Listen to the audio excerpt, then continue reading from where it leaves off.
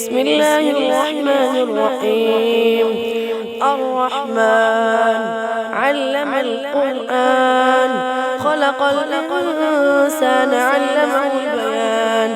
الشمس والقمر بحسبان، والنجم والشجر يسجدان. والسماء رفعها ووضع الميزان، ألا تطغوا في الميزان. وأقيموا الوزن بالقسط ولا تخسروا الميزان. والأرض وضعها للأنام، فيها فاكهة والنخل ذات الأكمام، والحب ذو العصف والريحان. فبأي آلاء ربكما تكذبان؟ خلق الإنسان من صلصال كالفخار، وخلق الجان من مارج من نار. فبأي آلاء ربكما تكذبان؟ رب المشرقين ورب المغربين. فبأي آلاء ربكما تكذبان؟ مرج البحرين يلتقيان، بينهما برزخ لا يبغيان. فبأي آلاء ربكما تكذبان؟ يخرج منهما اللؤلؤ والمرجان. فبأي آلاء ربكما تكذبان؟ وله الجوار المنشآت في البحر كالأعلام. فبأي آلاء ربكما تكذبان؟ كل من عليها فان، ويبقى وجه ربك ذو الجلال والإكرام. فبأي آلاء ربكما تكذبان؟ يسأله من في السماوات والأرض، كل يوم هو في شأن. فبأي آلاء ربكما تكذبان؟ سنفرغ لكم أيها الثقلان. فبأي آلاء ربكما تكذبان؟ يا معشر الجن والإنس إن استطعتم أن تنفذوا من أقطار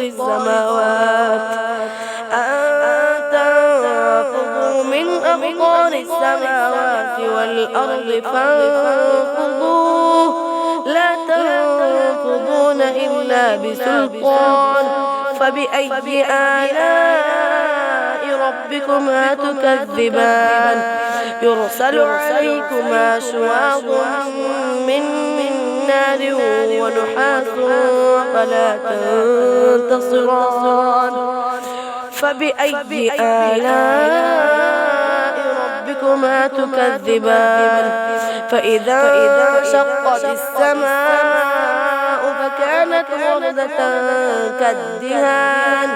فبأي آلاء ربكما تكذبان؟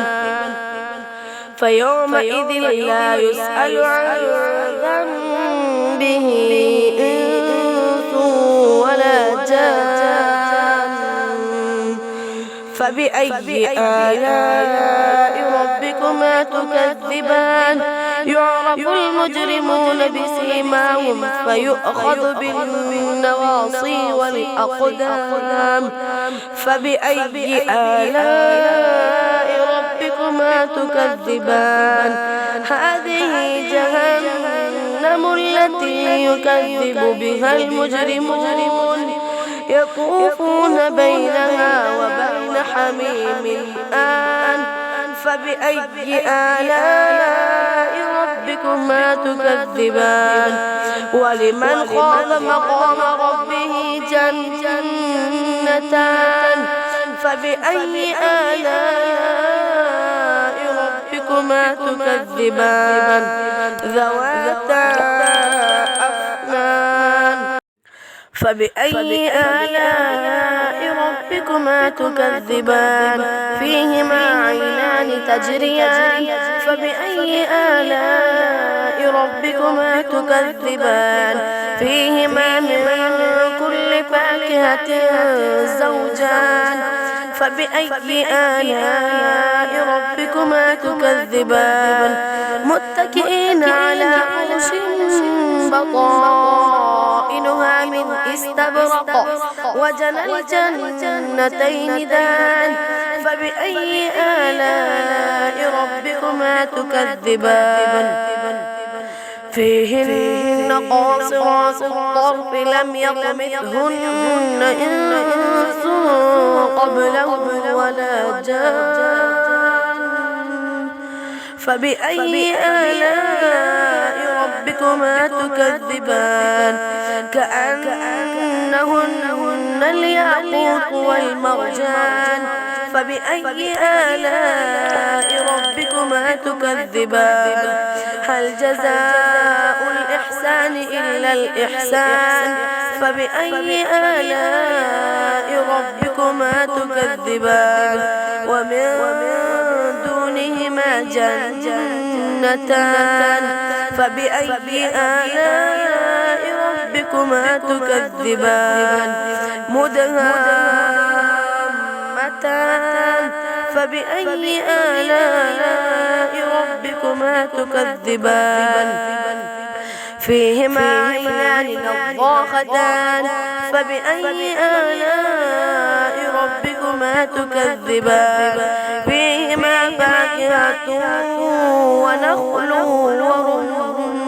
ورمان فبأي آلاء ربكما تكذبان فيهن خيرات حسان فبأي آلاء ربكما تكذبان حور مقصورات في الخيام فبأي آلاء ربكما تكذبان لم يطمثهن إنس قبلهم ولا جان